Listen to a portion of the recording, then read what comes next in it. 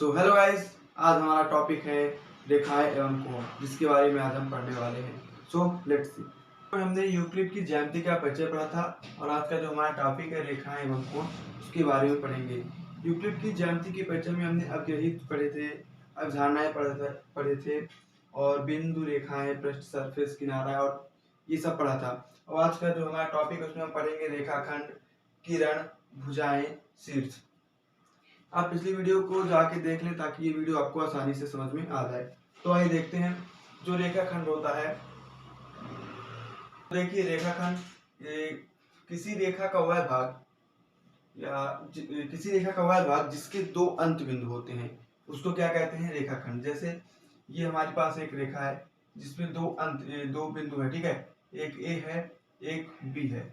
मतलब कहाँ से चल रही है और कहाँ जाकर खत्म हो रही है, इस बात का हमको अंदाजा, ये बात हमको पता है। तो ये क्या कहलाएगा? एक रेखाखंड कहलाएगा, ठीक है। इसको आप एक बार और, मैं इसको एक बार फिर रिपीट किए दे रहा हूँ।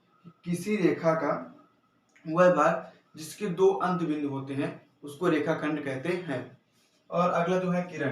किरण का मतलब, किरण होता है किसी रेखा का वह भाग जिसका एक अंत बिंदु होता है। एक अंत बिंदु मतलब ये रेखा कहाँ से चली है हमको पता हो नहीं होता है, बट ये कहाँ पास खत्म हो रही है, इस बात का हमको, ये बात हमको पता होती है, जिसको क्या बोलते हैं?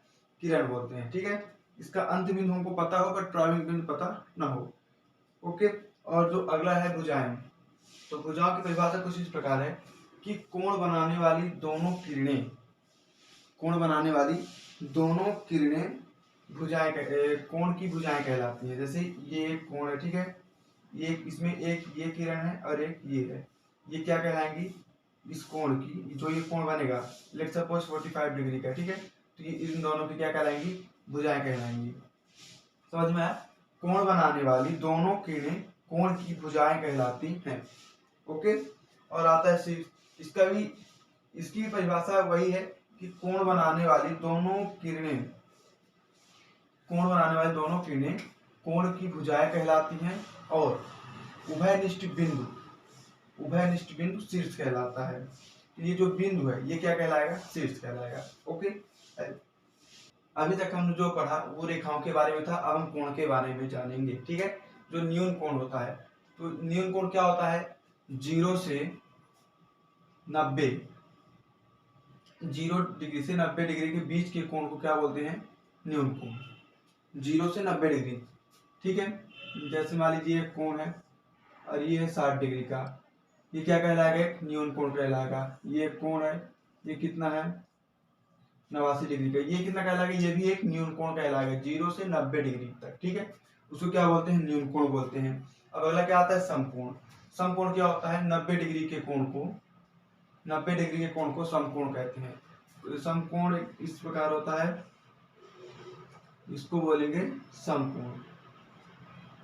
ये 90 डिग्री का कोण है, इसको क्या बोलेंगे? समकोण, ठीक है। अब आता है अधिक कोण। अधिक कोण क्या कहलाता है? 90 डिग्री से अधिक और 180 डिग्री से कम के कोण को अधिक कोण कहते हैं। जैसे मान लीजिए हमारे पास एक कोण है, ये एक डायग्राम है, ये कितने का है? 110 डिग्री का, ठीक है। ये क्या कहलाएगा? ये एक अधिक कोण कहलाएगा। अब अगला है ऋज कोण। ऋज कोण मतलब 180 डिग्री के कोण को, 180 डिग्री के एंगल को, ये पूरा एक 180 डिग्री के एंगल कहलाएगा। इसको क्या बोलेंगे?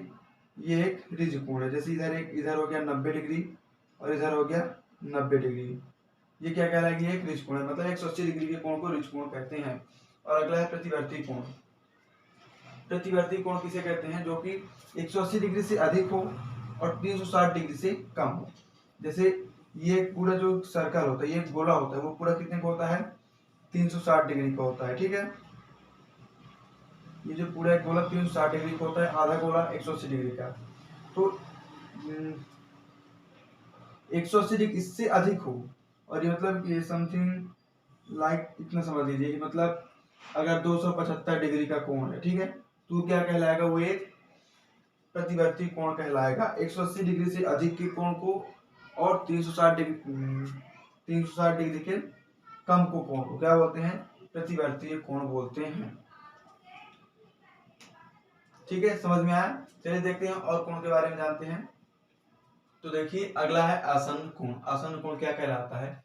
दो कोण आसन्न कोण कहलाते हैं यदि उसमें एक उभयनिष्ठ शीर्ष हो, एक उभयनिष्ठ भुजा हो, सॉरी, ये उभयनिष्ठ शीर्ष उभयनिष्ठ भुजा हो, और उनकी वे भुजाएं जो उभयनिष्ठ नहीं है, उभयनिष्ठ नहीं है, उभयनिष्ठ भुजा के विपरीत ओर स्थित हों, उसको क्या बोलते हैं? आसन्न कोण बोलते हैं। इसका मतलब समझ में आया? नहीं, मैं बता रहा हूँ। देखिए, दो कोण आसन्न कोण कहलाते हैं यदि उसमें एक उभयनिष्ठ भुजा हो। उभयनिष्ठ भुजा मतलब सॉरी, उभयनिष्ठ शीर्ष हो। यहाँ पास एक बिंदु है, ये है, जो तीनों रेखाएं आके इस बिंदु पे मिल रही है। देखो, ये भी इधर आ रही है, ये भी इधर आ, ये भी और ये भी, तीनों रेखाएं यहाँ पास आके मिल रही है, तो ये क्या कहलाएगा? उभयनिष्ठ शीर्ष कहलाएगा। और फिर क्या है? एक उभयनिष्ठ भुजा हो, इसमें एक भुजा है, एक भुजा ये है, ये जो है ये उभयनिष्ठ है। मतलब जब हम इस कोण की बात करेंगे फिर भी ये होगा, और जब इस कोण की बात करेंगे फिर भी ये होगा। मतलब दोनों में आ रहा है, ये इसको क्या बोलेंगे? उभयनिष्ठ भुजा।